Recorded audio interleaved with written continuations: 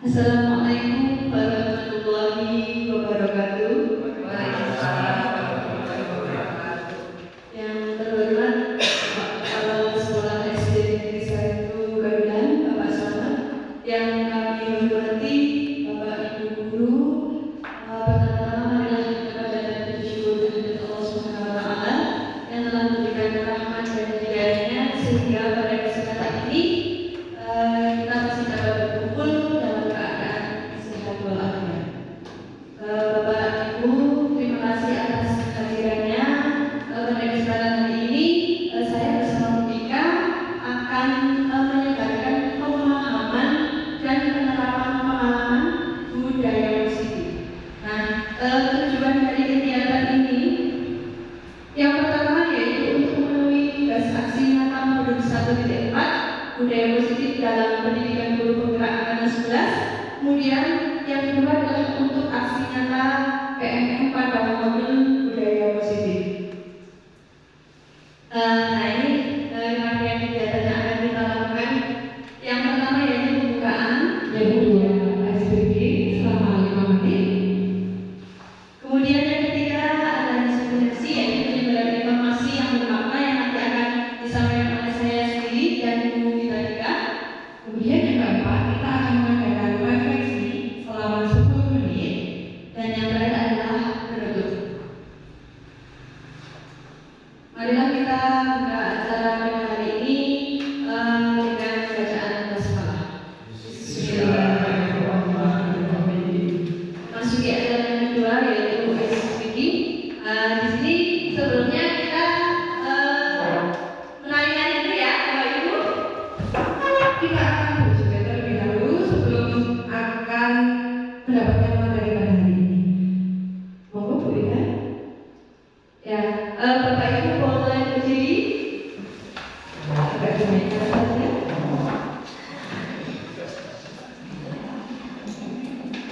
Ya kita bersama-sama ya. Agak keluar dari kursinya tidak apa-apa karena nanti ada nendang-nendangnya.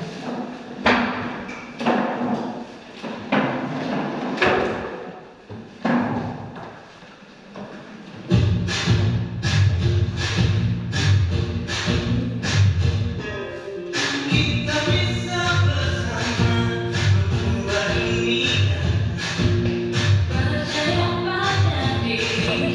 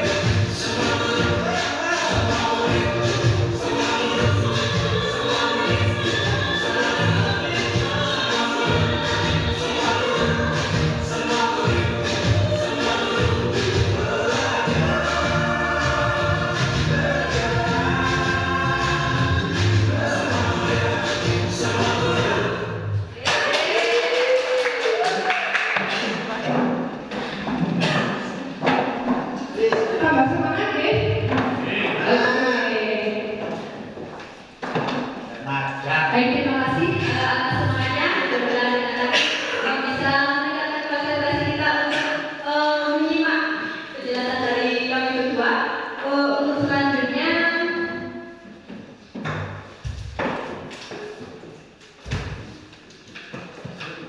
nah kita masuk ke materi. Yang pertama adalah perubahan paradigma belajar. Nah, jadi setelah kami berdua di sini mengikuti program guru bergerak, kami belajar banyak hal. Jadi kaitannya dengan perubahan paradigma belajar. Di mana di sini menurut Ki Hajar Dewantoro itu adalah pendidik dan mengajar adalah suatu proses memanusiakan manusia sehingga harus memerdekakan manusia dan segala aspek kehidupan baik secara fisik, mental, jasmani, dan ya, Bapak Ibu, sebenarnya itu siswa atau murid itu memiliki kodratnya sendiri-sendiri. Kodrat yang dimaksud di sini adalah setiap murid itu memiliki kelebihan potensi yang itu merupakan pemberian dari Allah Subhanahu wa Ta'ala. Nah, kita itu sebagai guru itu tidak mungkin bisa merubah kodrat anak. Ya, di sini ada kata mendidik dan mengajar, di mana mengajar itu adalah bagian dari mendidik. Yang sering kita lakukan di kelas itu mengajar adalah menyampaikan informasi yang bermakna. Dan mendidik ini adalah lebih luas, di mana kita nantinya diharapkan bisa mengarahkan anak, menuntun anak menuju manusia yang bahagia setinggi-tingginya, baik sebagai manusia atau sebagai anggota masyarakat. Kemudian untuk selanjutnya, tujuan pendidikan menurut Ki Hajar Dewantoro. Tujuan pendidikan menurut Ki Hajar Dewantoro adalah menuntut segala kodrat yang ada pada anak agar mereka mencapai keselamatan dan kebahagiaan yang setinggi-tingginya, baik sebagai manusia ataupun sebagai anggota masyarakat. Nah, seperti tadi tugas guru adalah menuntun kodrat anak. Jadi kita tidak bisa merubah kodrat anak seperti yang kita inginkan.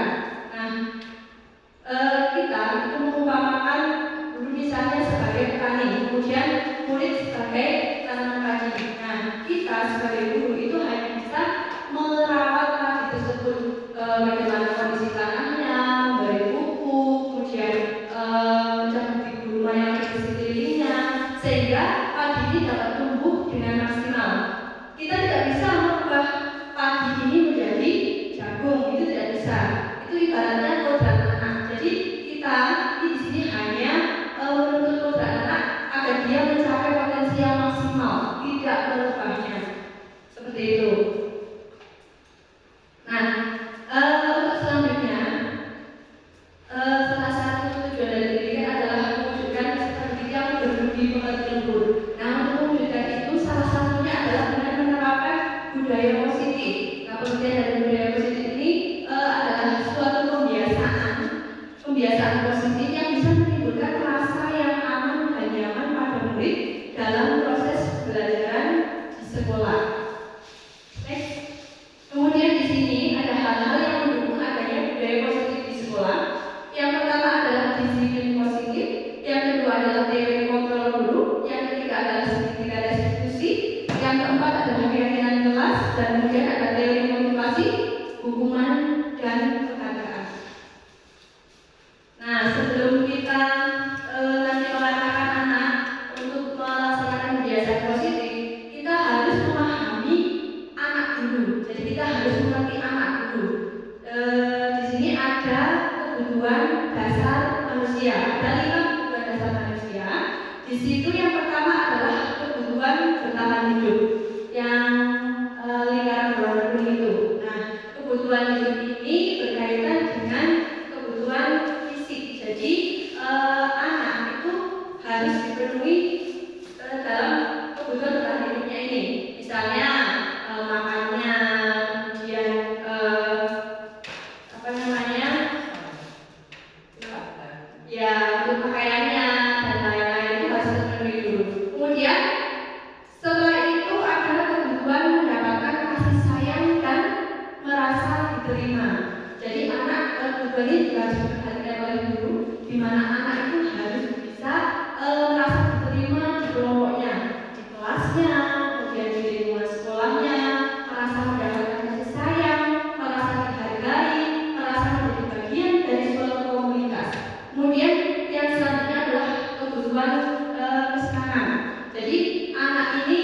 juga memiliki kebutuhan kesenangan, yaitu kesenangan untuk bergurau dengan temannya, untuk bermain dengan temannya. Nah, kemudian yang selanjutnya adalah penguasaan. Nah, ternyata penguasaan juga menjadi satu hal yang penting yang menjadi kebutuhan dasar manusia, di mana penguasaan ini artinya adalah pengakuan akan kompetensi yang dimilikinya. Kemudian untuk kebebasan. Kebebasan ini berkaitan dengan siswa itu memiliki kebutuhan ketika mereka itu memiliki pilihan, mereka itu diberi kesempatan untuk dapat membuktikan pilihannya tersebut dan mempertanggungjawabkan pilihannya tersebut. Kemudian next, nah di sini untuk lebih memperjelas tentang analisis kebutuhan dasar, ada 5 analisis kebutuhan dasar manusia. Di sini ada berbagai kalimat. Coba mungkin Bapak Ibu bisa menganalisis ini kira-kira. Untuk yang pertama, ibu guru bilang aku tidak boleh bersenandung sewaktu mengerjakan tugas. Katanya kelas harus tenang, tidak ada suara, kan nggak seru jadinya. Nah, dari keempat ini, coba untuk yang kedua bisa dibacakan ketika. Oh ya, mungkin untuk yang pertama, Bapak Ibu bisa menganalisis kira-kira kebutuhan apa sih yang dibutuhkan Dinda. Kalau ada ibu guru bilang aku tidak boleh bersenandung waktu mengerjakan tugas, katanya kelas harus tenang, tidak ada suara, kan nggak seru jadinya. Kira-kira Dinda butuh kebutuhan apa dari 5 kebutuhan yang tadi? Ada bertahan hidup, ada kesenangan, ada kebebasan. Kira-kira apa? Kesenangan. Ada yang lain? Ada yang lain? Mungkin punya jawaban lain? Ya, kebebasan. Kita simpan dulu. Ada yang menjawab kesenangan, ada yang menjawab kebebasan. Kemudian kita menuju ke pernyataan kedua. Ibu guru tidak menyapaku hari ini, padahal aku pakai sandal jepit rambut baru. Ya, ternyata kalimat seperti ini itu juga dibutuhkan anak. Saat anak sepatunya bagus banget diolok-olok, kadang-kadang anak tulis anyar dengan kemauan. Nah, itu kan kira-kira kebutuhan seperti apa, Bu? Yang seperti itu. Apa? Oh, perhatian dan kasih sayang. Ada Ada lagi? yang saya. Ada lagi mungkin jawaban yang lain? Sama? Oke, sama. Berarti yang kedua perhatian dan kasih sayang. Untuk yang ketiga, Bu Eka, monggo. Aku bosen, masa belajarnya cuma gitu-gitu aja, dengerin guru aja. Untuk kalimat yang seperti ini, kira-kira kebutuhan anak dia butuh apa? Aku bosan, masa belajarnya cuma gitu-gitu aja, dengerin ibu guru aja. Nah, dari ini kira-kira dia butuh apa? Kesenangan. Apa? Kesenangan. Oke, ada yang lain? Nih, ada 5. Kasih sayang, kebebasan, penguasaan, dan bertahan hidup. Apa? Penguasaan dan kesenangan, ya. Oke, sekarang nomor 4. Aku sebel, gambarku tidak rapi. Malah ibu guru nunjukin ke teman-temanku di depan kelas. Nah, gambarnya elek malah diketok-ketok lagi. Kira-kira dia kebutuhannya apa dari kelima? Penguasa. Apa? Terima. Kasih sayang dan perasaan terima. Ada lagi? Penguasaan. Oke, coba kita lihat jawabannya. Kebutuhannya itu apa sih dari Dinda? 1, 2, ya. Sing ini jawabannya. Untuk ibu guru bilang, aku tidak boleh bersenandung sewaktu mengerjakan tugas. Katanya kelas harus tenang, tidak ada suara, kan jadi gak seru. Ternyata kebutuhan yang gak seru itu adalah kebutuhan sesenang. Kemudian yang kedua, Ibu guru tidak menyapaku hari ini. Padahal aku pakai jepit rambut baru, dia perlu kasih sayang, butuh diperhatikan. Oke, termasuk yang cowok kadang rambutnya baru. Waduh, anyar ya ketemu Pak Gunting itu anak sudah senang. Oh, ternyata selama ini Bu Guru memperhatikan penampilan saya ya. Nah, itu ternyata anak butuh kasih sayang dan rasa diterima. Itu termasuk perhatiannya, oke.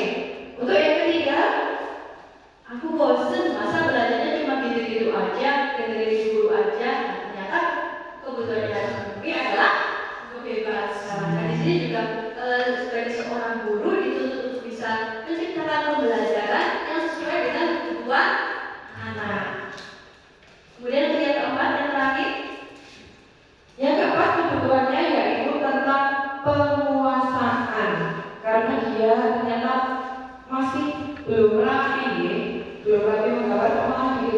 oke sama guru, padahal saya itu pengen terlihat bagus, malah dijatuhkan. Nah itu si anak pengen kebutuhannya itu tentang penguasaan itu pengen dipenuhi oleh Bapak Ibu guru.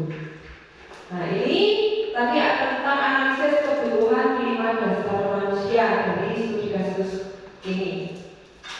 Monggo Bu Eka, bisa dilanjut? Ya, untuk menciptakan budaya positif di sini yang harus dilakukan juga harus adanya disiplin positif. Disiplin yang berasal dari diri sendiri yang disebabkan karena rasa tanggung jawab yang muncul dari dalam diri untuk melaksanakan tindakan sesuai hati nurani tanpa paksaan atau karena ingin dihargai oleh siapapun. Jadi dengan adanya budaya positif ini diharapkan ketika siswa melakukan kegiatan-kegiatan atau kebiasaan positif itu berasal dari hati nuraninya, bukan karena paksaan, bukan karena adanya peraturan dan lain-lain. Kemudian disiplin karena merupakan suatu hal yang diyakini kebenarannya dan menjadikan seorang bangga dan menghargai diri kita karena telah melakukannya.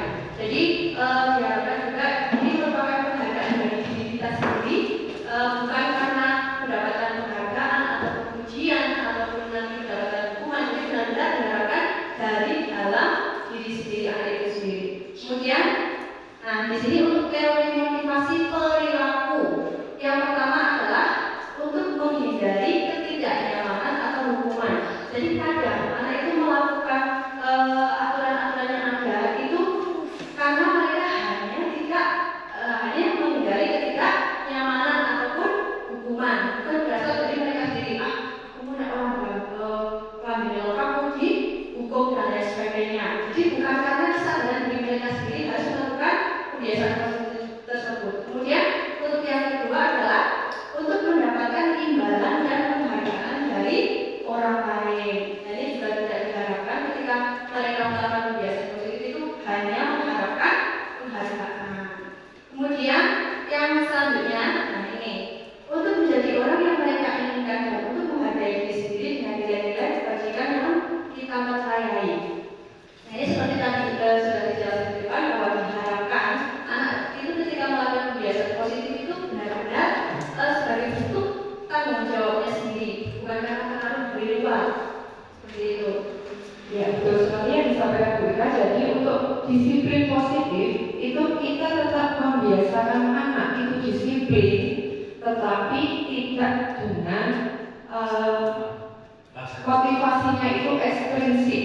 Kita mengharapkan anak itu mempunyai motivasi intrinsik, yaitu dari dalam. Jadi dia akan berusaha untuk menjadi lebih baik. Tapi kalau karena motivasi ekstrinsik itu anak hanya akan seperti tadi yang disampaikan Bu Eka. Saya mau datang tepat waktu biar tidak dihukum ke upacara kon gawe barisan dhewe. Nah itu berarti dia disiplin karena dia takut dengan mendapatkan hukuman. Jadi disiplin positif itu diharapkan anak motivasinya itu tumbuh dari dalam diri mereka sendiri. Ini untuk menghargai diri sendiri. Apa toh? Kalau kamu disiplin, kamu itu nanti akan menjadi orang yang seperti apa. Jadi anak itu nanti bisa, oh iya, aku ini disiplin, sok tekan gede. Aku akan terlatih untuk menjadi anak yang disiplin. Nah, jadi memunculkan motivasi anak dari dalam hati. Dan kita harus menjelaskannya, maksud ada rokok diharapkan anak seperti itu untuk apa? Jadi kita akan menjelaskan seperti itu. Oke, beda. Kemudian untuk kebiasaan positif lainnya, untuk menciptakan budaya positif adalah membuat keyakinan kelas. Nah, mungkin Bapak Ibu kemarin juga sudah ada beberapa yang sudah membuat keyakinan kelas. Jadi keyakinan kelas itu merupakan sebuah ketetapan ataupun aturan kelas yang telah disepakati dan telah dijelaskan bersama apa dampak yang akan diterima jika kesepakatan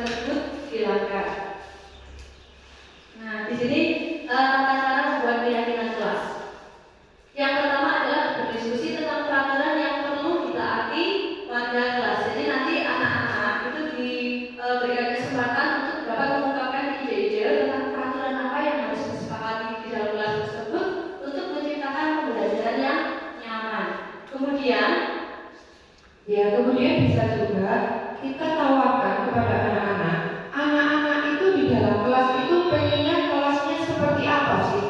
Nah, karena kita harus menggali dulu.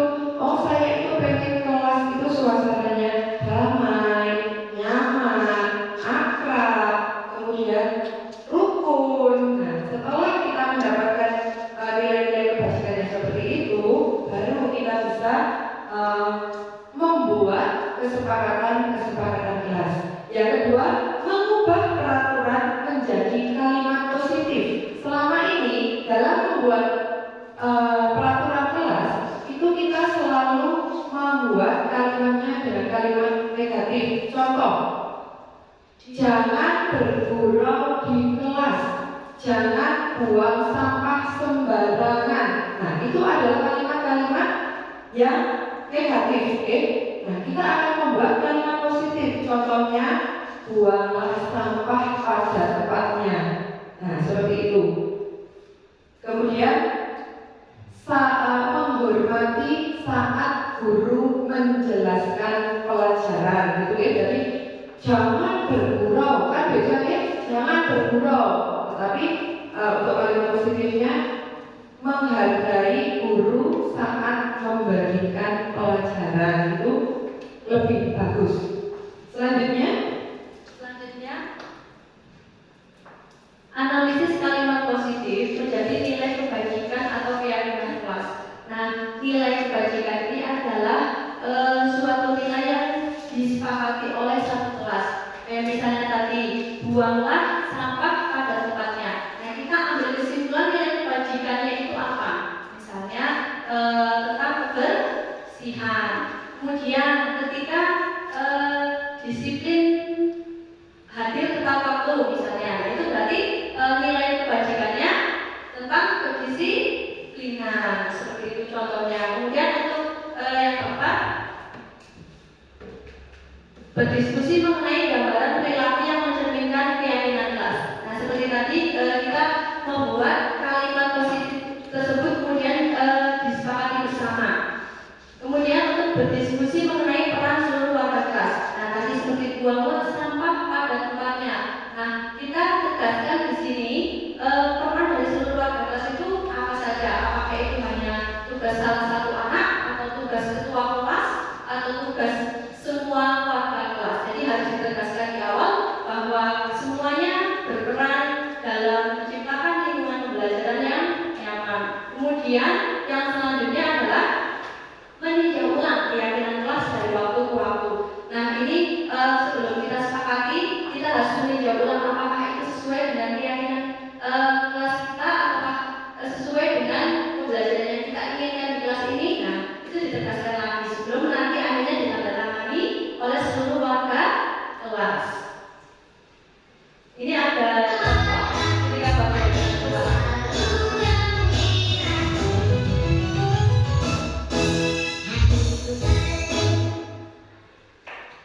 ya itu tadi contoh cara membuat keyakinan kelas. Jadi anak biar menulis, kemudian dia pengen kelasnya itu seperti apa, dia tulis, bisa ditempel ke papan tulis. Oke, itu tadi contoh untuk membuat keyakinan kelas, salah satunya seperti itu. Ya, lanjut ke penghargaan. Nah, di sini ada video.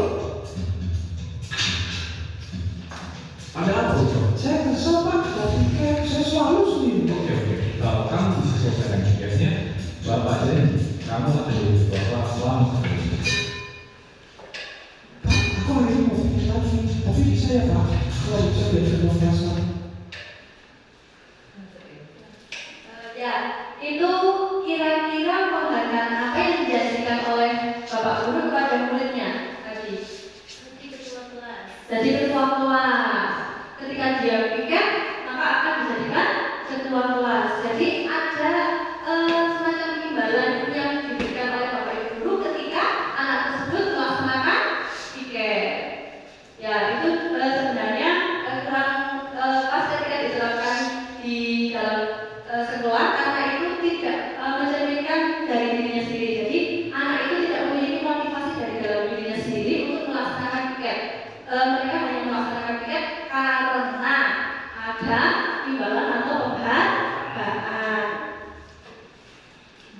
ini pemberian hadiah itu berbeda dengan memberikan apresiasi. Kalau apresiasi itu kan semacam motivasi, jadi agar anak itu lebih baik lagi ke depannya. Jadi beda kan antara penghargaan ataupun pemberian hadiah dengan apresiasi. Nah, ketika memberikan apresiasi itu juga harus secukupnya saja sehingga murid bisa memahami maknanya. Jangan berlebihan. Misalnya tadi ketika mengerjakan piket, kita berikan apresiasi saja, misalnya, wah kamu termasuk anak yang rajin, disiplin, tingkatkan lagi ya, dan seterusnya. Jadi tidak perlu memberikan hadiah atau imbalan.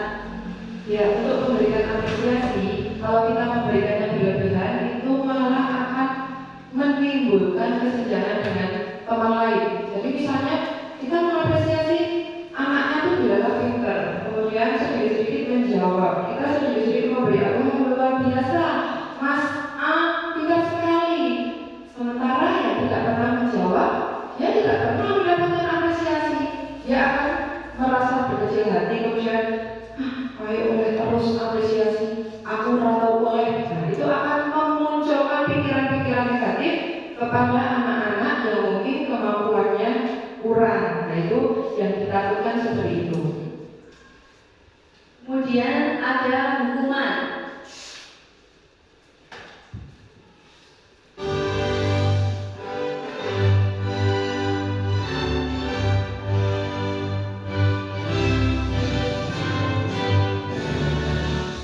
Nina, kamu tahu salah apa?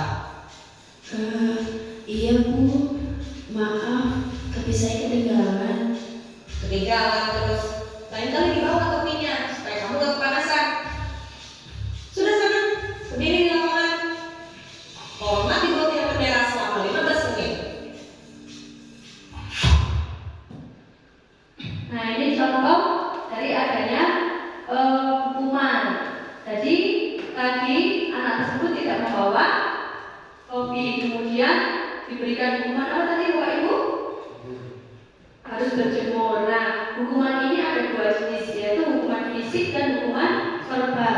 Kalau fisik itu seperti tadi harus berjemur dan lain sebagainya. Kemudian kalau verbal itu dengan kata-kata yang bisa menyakitkan hati anak. Misalnya tadi bisa dengan ancaman ya. Misalnya tadi kamu tidak membawa topi, maka nilai kamu besok akan berkurangi dan lain sebagainya. Itu juga tidak diperbolehkan. Nah, dalam hukuman tidak ada korelasi logis antara kesalahan dan solusi. Kemudian jadi anak itu tidak memiliki kesadaran, oh ya saya itu kurangnya di mana. Justru anak itu malah di dalam hatinya malah jadi sebel sama gurunya seperti itu. Karena apa? Karena saya kemarin diberi hukuman sama itu, takutnya nanti dia itu memendam ya kebencian atau emosi negatif. Nah, yang selanjutnya ada konsekuensi. Harus nih. Anak-anak, selesai mengerjakan halaman 50, lanjutkan sampai halaman 56 ya. Baik Pak. Ya, Haska, jadi bahasan tadi tas aku. Sudah. Haska, ayo jika salah, apa yang harus dilakukan? Ayo minta maaf. Nah, untuk konsekuensi adalah sebuah keadaan di mana terdapat kesepakatan dan bentuk tanggung jawab yang sudah bisa diprediksi oleh murid dan guru. Konsekuensi erat kaitannya dengan akibat yang akan kita terima dari suatu perbuatan.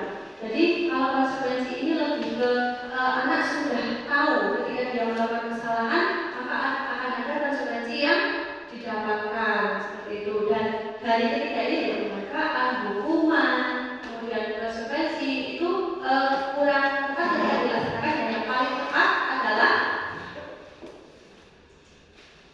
restitusi. Yang selanjutnya akan dipaparkan oleh Bika. Ya, ini untuk konsekuensi itu adalah jadi dari kesepakatan kelas.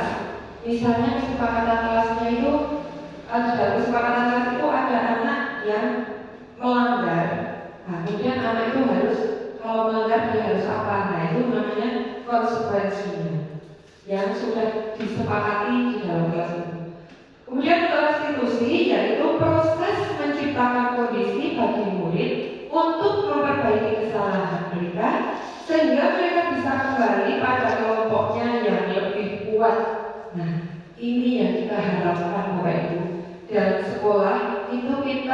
diharapkan untuk menghindari tadi yang disampaikan Bu Eka, ada hukuman, penghargaan boleh diberikan, tetapi sewajarnya saja.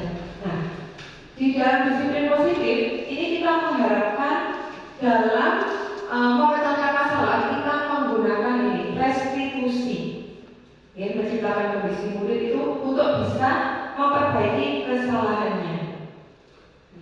Jika solusi yang diberikan murid dapat memperbaiki masalahnya, bukan hanya sekedar menjalankan sanksi, maka restitusi telah terjadi. Misal tadi saat berangkat sekolah dia tidak membawa topi. Nah, yang diharapkan dalam restitusi, guru itu mencari sebabnya, bertanya, kenapa kamu tidak membawa topi?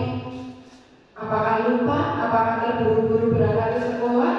Apakah bangun kesiangan sehingga susu-susu? Nah, diharapkan guru itu bisa menggali permasalahan anak tidak membawa topi itu apa. Tidak langsung serta-merta menghukum.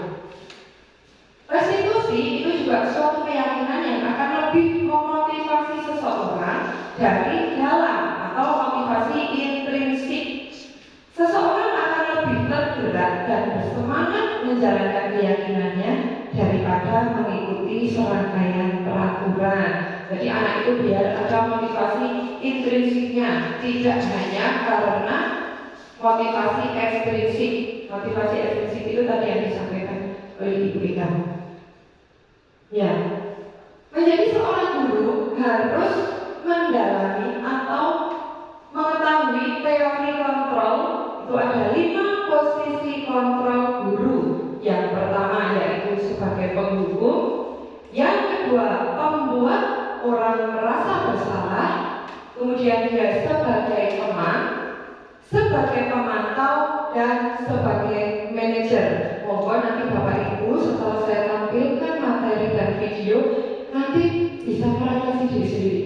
Ternyata selama ini saya di sekolah sebagai apa? Coba nanti dikaitkan 5 posisi kontrol di sini ya. Nanti biasanya Bapak Ibu seperti apa? Untuk yang pertama yaitu penghukum. Seorang penghukum bisa menggunakan hukuman fisik dan verbal seperti tadi disampaikan. Biasanya kalimat-kalimat penghukum akan seperti ini: patuhi aturan saya, atau awas, besok nilai kamu saya kurangi. Nah, itu kalimat-kalimat penghukum. Kemudian kamu selalu saja salah, atau kamu selalu saja terlambat. Kemudian selalu, pasti selalu yang terakhir selesai. Nah, biasanya kali penghukum itu nada suaranya juga lebih tinggi. Ini untuk penghukum, ini seperti ini.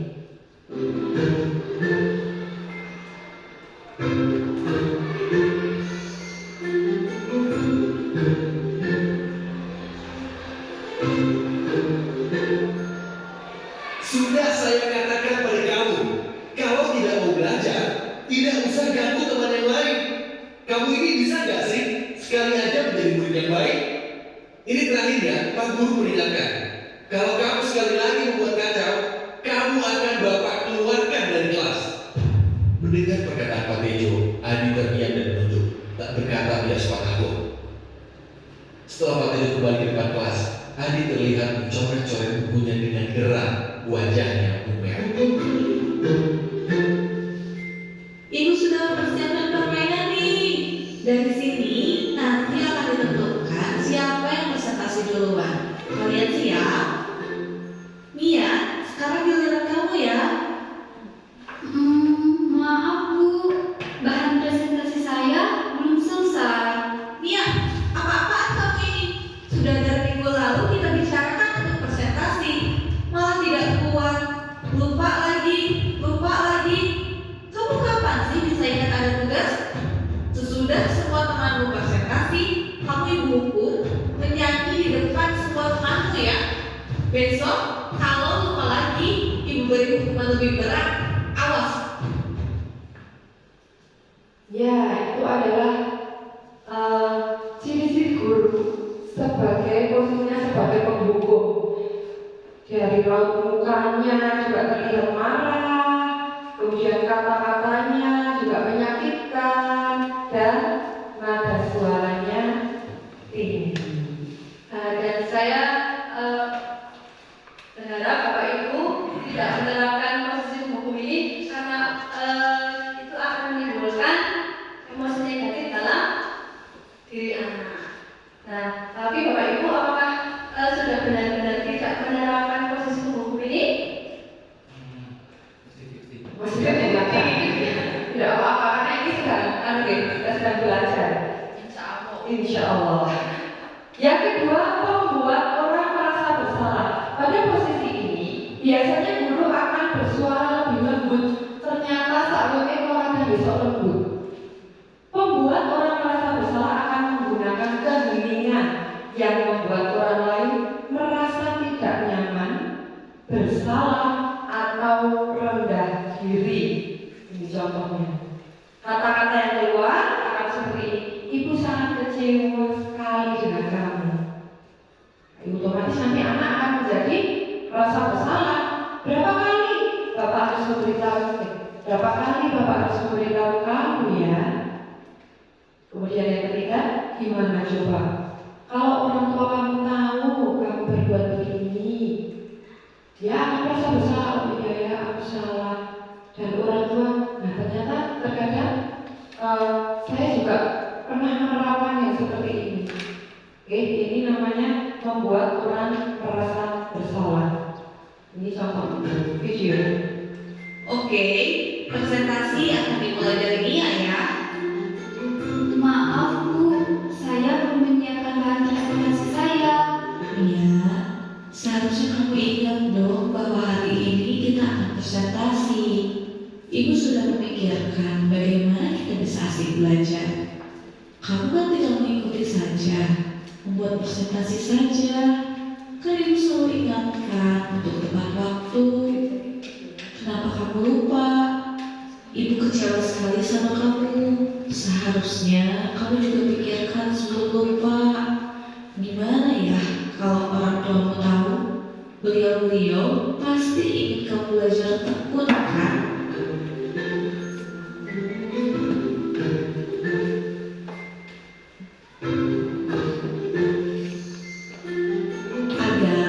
Ibu kecewa sekali.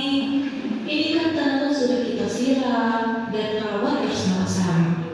Kenapa kamu cabut?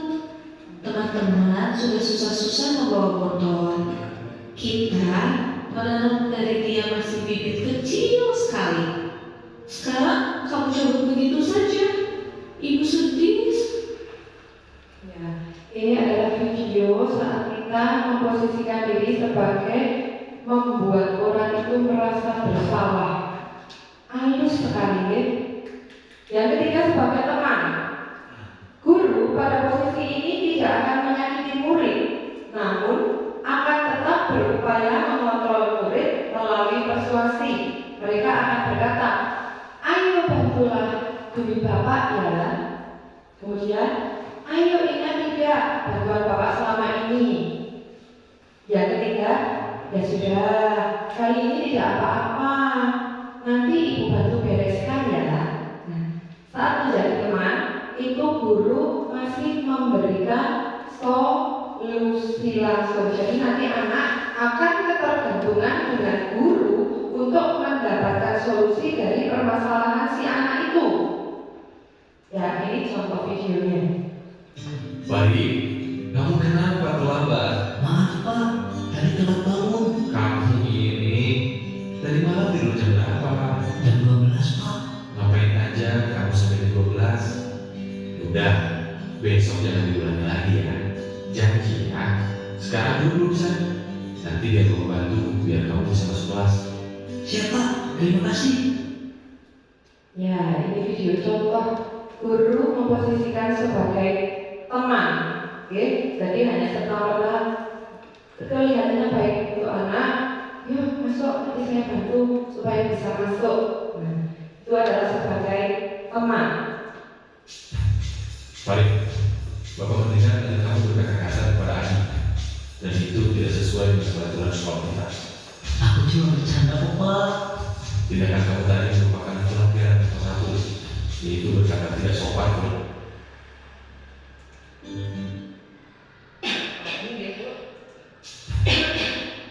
Nah, untuk yang keempat yaitu sebagai pemantau atau monitor. Pertanyaan yang diajukan oleh seorang pemantau biasanya peraturannya apa? Apa yang telah kamu lakukan? Sanksi atau konsekuensinya apa?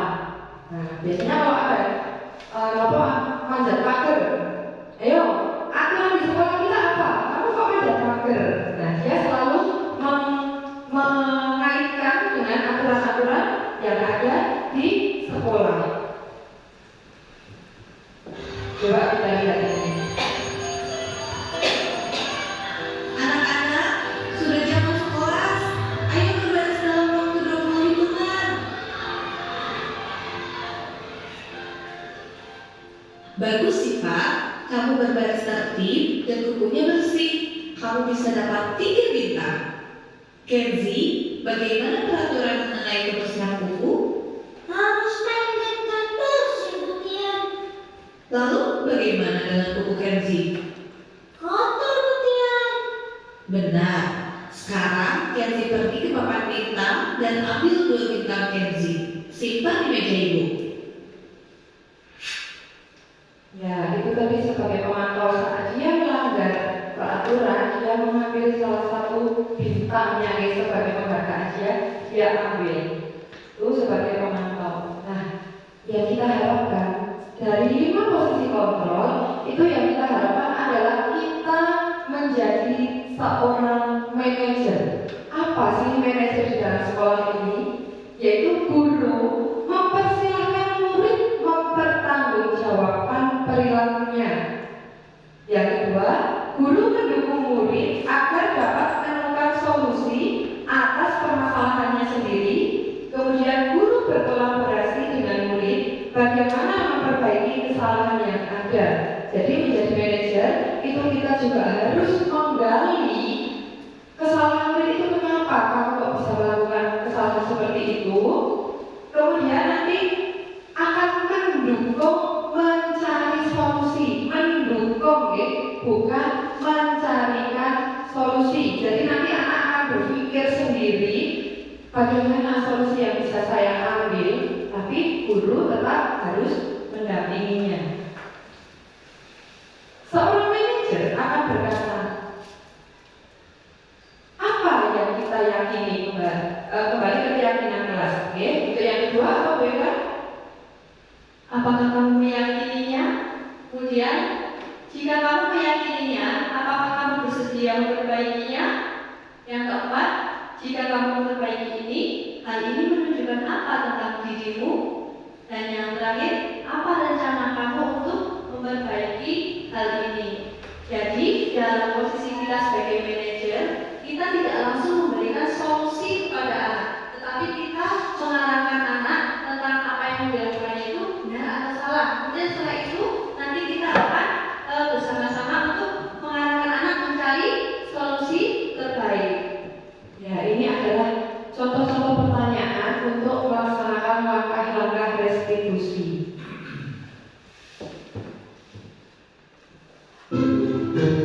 Baik, sekarang silakan kalian baca dulu secara mandiri bacaan buku halaman 70 sampai 71. Adi, kamu pasti punya alasan melempar bola kertas ke teman-teman kamu saat jam pelajaran. Nanti selesai jam pelajaran kita ngobrol ya. Bapak ingin dengar apa yang membuat kamu melakukan itu. Baik Pak. Adi, Bisa kasih tahu Bapak alasan kamu tadi? Bisa aja Pak, lucu soalnya melihat ekspresi teman-teman. Menyenangkan ya buat Adi. Tapi bagaimana ya kira-kira perasaan teman-teman? Tergantung Pak, Apa keyakinan kelas kita? menghargai semua orang. Apakah Adi sudah terlihat seperti itu? Bagaimana agar Adi bisa terlihat seperti itu? Minta maaf kepada teman dan Bapak. Lalu saya juga akan berhenti membantu teman saat jam pelajaran Pak. Apakah Adi punya solusi lain untuk bisa mendapatkan kesenangan namun tetap menghargai orang lain? bermain bersama teman saat jam istirahat atau jeda antara pelajaran? Kalau Bapak mengadakan bermain peran lagi seperti semester kemarin, bagaimana Pak? Seru sekali waktu itu. Baik, Bapak hargai usaha Adi untuk memperbaiki diri. Terima kasih juga sarannya ya Adi. Bapak akan coba pertimbangkan. Setiap orang pasti pernah berbuat kesalahan. Ibu juga pernah berbuat kesalahan. Nah, Mia, karena kamu lupa mengerjakan tugas, apa yang bisa kamu lakukan sekarang saat teman-teman kamu akan presentasi? Baik, Ibu Linda beri waktu Mia berpikir. Sekarang Ibu akan mempersilahkan dua anak untuk presentasi. Setelah itu, Mia boleh sampaikan kepada Ibu ya. Bagaimana Mia? Sudah kamu pikirkan? Kalau begitu, Mia sekarang coba selesaikan dulu tugasnya, nanti akan tetap dipresentasikan. Ibu Linda meminta Mia tetap tinggal di ruang virtual dan mengajaknya diskusi. Mia, apa keyakinan kita di kelas yang berkaitan dengan tugas? Berkomitmen terhadap tugas, Bu. Bagaimana menurut Mia komitmen kamu pada tugas hari ini? Aku masih belum komitmen, Bu. Soalnya tadi aku gak bisa presentasi karena lupa mengerjakan tugas. Kira-kira apa yang kamu Mia lakukan agar tidak lupa mengerjakan tugasnya? Tanya sama Mama. Kalau tugas sekolah, tanggung jawabnya Mia atau Mama? Tanggung jawab Mia, tapi Mia suka lupa, Bu. Apa yang membuat Mia ingat tugas yang Ibu kasih sebelumnya? Soalnya langsung aku kerjain. Kalau tugas membuat bagian ini, kenapa bisa lupa? Soalnya aku selesai kelas langsung nonton. Kalau begitu, apa yang bisa Mia lakukan agar tidak terulang lagi? Langsung dikerjain kalau ada tugas, Bu. Bisa Mia coba? Bisa, Bu. Bagus, Ibu hargai usaha Mia karena mau berusaha ya. Besok Mia akan tetap mempresentasikan tugasnya di depan teman-temannya ya. Ya, ini tadi seorang guru yang sudah memposisikan menjadi manajer. Jadi dia menggali apa yang ada di siswa itu agar siswa itu bisa mengungkapkan apa toh kemauan dia. Nah, seperti apa toh yang terbaik. Tapi Bapak Ibu guru tetap memberikan pertanyaan-pertanyaan pemantik, agar bisa dijawab kepada anak. Nah, kemudian di sini ketika kita menerapkan posisi sebagai manajer, itu kita memberikan kesempatan kepada anak dapat menjelaskan alasan mengapa dia melakukan kesalahan tersebut. Jadi tidak langsung kita menghakimi kamu seperti ini, tapi pasti ada alasan di balik perbuatannya itu. Nah, di sini kita mencoba untuk memberi kesempatan pada siswa tersebut agar siswa tersebut tidak merasa gagal. Jadi maksudnya kok seperti ini. Jadi kita memberikan kesempatan pada anak untuk bisa mengungkapkan apa kebutuhan dia. Ya, seorang manajer bukan yang memisahkan murid dari kelompoknya, tetapi mengembalikan murid tersebut ke kelompoknya dengan lebih baik dan lebih kuat. Nah, itu yang kita harapkan. Nah, ini adalah segitiga restitusi, Bu. Untuk pelaksanaan restitusi, kita harus menggunakan langkah-langkah segitiga restitusi.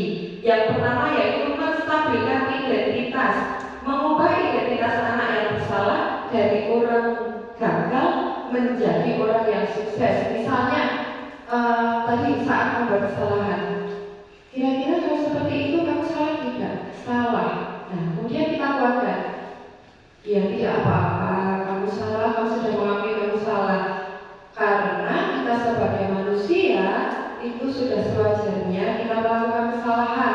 Karena manusia itu tidak sempurna. Nah, itu dikuatkan, jadi tidak serta-merta dia salah, kemudian kita langsung memberikan kalimat-kalimat yang negatif. tetapi dikuatkan terlebih dahulu.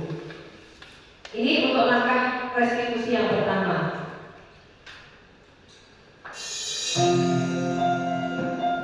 Halo, selamat pagi semuanya. Maaf Pak, saya tadi gak ada Asma.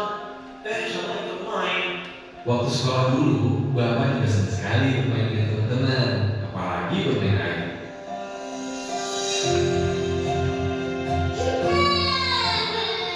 Ibu, tangan saya digigit oleh Adeo. Betul, kamu menggigit Roger. Bu, tapi Norce yang mengambil bekas saya, Bu. Dia yang salah. Tapi sakit, Bu. Nih, ada bekas giginya. Merah lagi. Sakit, Bu. Adeo, Roger, berbuat salah itu tidak apa-apa. Ibu tidak akan mencari-cari siapa yang salah. Ibu hanya mau masalah ini selesai. Yuk, sama-sama kita pasti bisa menyelesaikan masalah ini. Nah, itu adalah langkah restitusi yang pertama, nih. Menstabilkan identitas. Kemudian yang kedua yaitu validasi tindakan yang salah, membantu mereka mencari pilihan yang lebih baik untuk memenuhi kebutuhannya tanpa melanggar kebutuhan orang lain. Ini contoh videonya. Betul, kamu begitu Roger. Iya, Bu. Dia mengambil bekas saya. Apakah menggigit membantu menyelesaikan masalah? Dia tidak mengambil bekas saya lagi. Oh, ternyata kalau Adeo gigit Roger, dia tidak jadi mengambil bekal Adeo ya? Tapi Roger jadi menangis. Ada tidak ya cara lain biar Roger tahu kalau Adeo tidak suka bekalnya diambil? Apakah kita perlu mencari cara supaya kamu bisa tetap membela diri, tapi tidak ada teman yang menangis? Roger, betul kamu mengambil bekal Adeo? Betul, Bu. Ibu yakin kamu punya alasan kenapa kamu melakukan hal itu. Adeo bukannya begitu. Kalau saya mengganggunya. Memang senang ya kalau melihat teman memiliki bermacam-macam ekspresi lucu. Tapi Adeo tampaknya terganggu. Dia jadi menggigitmu. Apakah kamu mau membuat orang lain terganggu dan jadi melakukan hal buruk? Pada tips. Ya, dalam menerapkan langkah-langkah simplifikasi restitusi memang tidak mudah ya Bapak Ibu. Jadi kita harus perlu kesabaran, oke? Jadi untuk validasi tindakan yang salah itu membantu mereka mencari pilihan yang baik untuk memenuhi kebutuhannya tanpa melanggar kebutuhan dari orang lain. Ya, itu tadi. Jadi kita harus mencari dulu alasannya kenapa. Kemudian kira-kira kalau seperti itu ada yang dirugikan apa tidak? Kira-kira ada cara lain apa tidak selain kamu dengan menggigit teman kamu? Nah, itu adalah validasi tindakan. Tindakan yang dilakukan itu divalidasi apakah itu salah apa tidak. Kemudian yang ketiga yaitu menanyakan keyakinan, menuntun murid-murid memasuki kesadaran moralnya dengan cara menanyakan keyakinannya, apakah yang kamu lakukan itu sudah sesuai dengan keyakinan kelas? Ya, kita ini. Halo, selamat pagi semuanya. Maaf Pak, saya tadi gak ada Asma. Lalu semuanya ikut main Pak. Waktu sekolah dulu, Bapak juga senang sekali bermain dengan teman-teman, apalagi bermain air. Kita ingat kembali yuk, nilai apa yang kita sepakati di kelas ini yang ada kaitannya dengan belajar. Semua orang harus bisa belajar dengan fokus dan nyaman Pak. Apakah dengan kondisi bahasa dan belajar seperti ini, semua orang akan bisa belajar dengan fokus dan nyaman? Tidak Pak, maaf. Lalu, apa yang harus kita lakukan? Bersih-bersih kelas Pak. Melwan, ada apa? Kenapa menangis? Saya diikut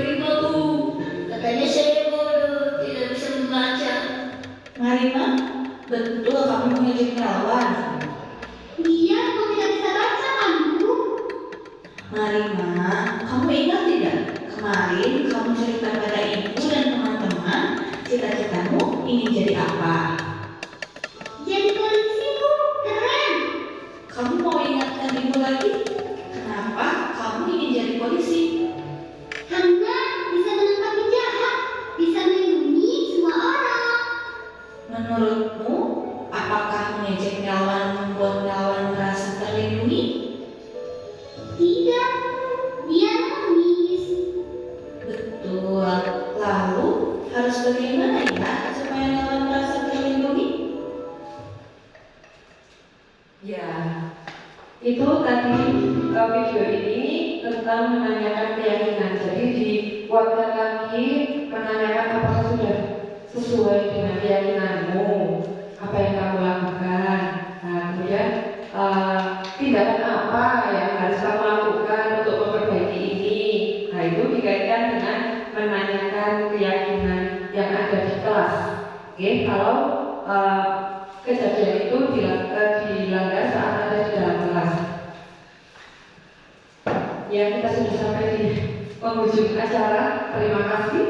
Monggo kan teman-teman. Ya, terima kasih. Mungkin sebelum kita mengakhiri kegiatan hari ini, ada Bapak Ibu guru yang mau merefleksikan.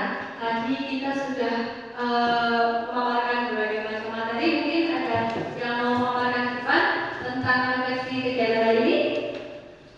Atau mungkin akan berbagi pengalaman, misal, sebenarnya keluargaku selama ini hukum, apakah seperti itu boleh? Apakah selama ini ternyata saya sebagai pembuat rasa bersalah?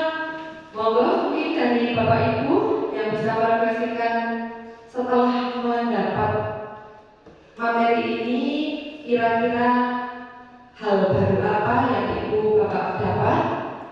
Kira-kira bisa ada yang bisa untuk merefleksikan? Monggo Pak. Terima kasih Mbak Mulia, Bu Dika dan Bu Dika. Setelah menerima materi dari Bapak Ibu berdua, ada beberapa hal yang ada pada pikiran saya, terutama saya. Jadi kadang-kadang kita bertindak itu kadang-kadang masih banyak hukumannya Bapak Ibu. Jadi banyak hukumannya siswa terutama. Karena kita biasanya bahasanya cetak-cetak, jadi tidak merefleksikan di tindakan yang sebagai manajer. Seharusnya kan kita sebagai manajer itu di tindakan yang seperti itu sebagai manajer. Manajer itu adalah merangkul dan mencari solusi. Demikian tanggapan dari saya. Terima kasih Bapak Selamat. Mungkin ada yang lain? Bu Ika, Bapak? Mungkin bisa berbagi pengalaman. Sudah? Oke, itu tadi refleksi dari Bapak Kepala Sekolah bahwa ternyata di sekolah kita masih banyak sekali guru yang memposisikan sebagai penghukum, sebagai pembuat rasa bersalah, sebagai teman, juga sebagai pemantau. Tapi mungkin kadang-kadang kita pernah ingin menjadi manajer, tetapi dari 3 langkah restitusi itu kadang kita hanya melaksanakan yang kedua, misalnya mencari alasan, kamu kenapa kayak gitu?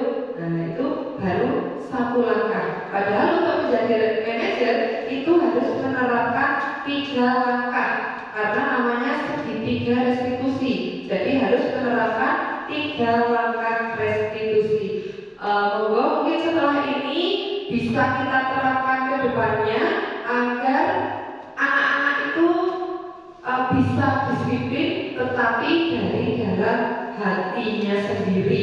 Dia tahu manfaatnya dia disiplin itu apa, bukan karena dia disiplin karena takut dengan hukuman ataupun takut dengan guru, tapi siswa tahu dia disiplin itu ada manfaatnya untuk murid itu sendiri. Jadi kita mengharapkan sekolah yang seperti itu tidak apa-apa karena kita sudah belajar, kita mungkin bisa merintis pelan-pelan ya Pak Selamat. Kita bisa merintis pelan-pelan dengan adanya komunitas belajar ini, kita akan berbagi pengalaman agar sekolah kita menjadi lebih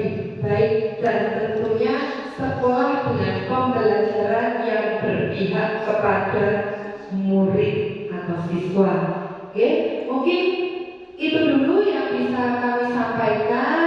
Semoga apa yang kami sampaikan berdua bisa bermanfaat untuk Bapak Ibu semua dan bisa kita terapkan untuk sekolah ini untuk menjadi sekolah yang lebih baik dan sekolah yang berpihak kepada murid. Demikian dari saya dan Bu Eka. Assalamualaikum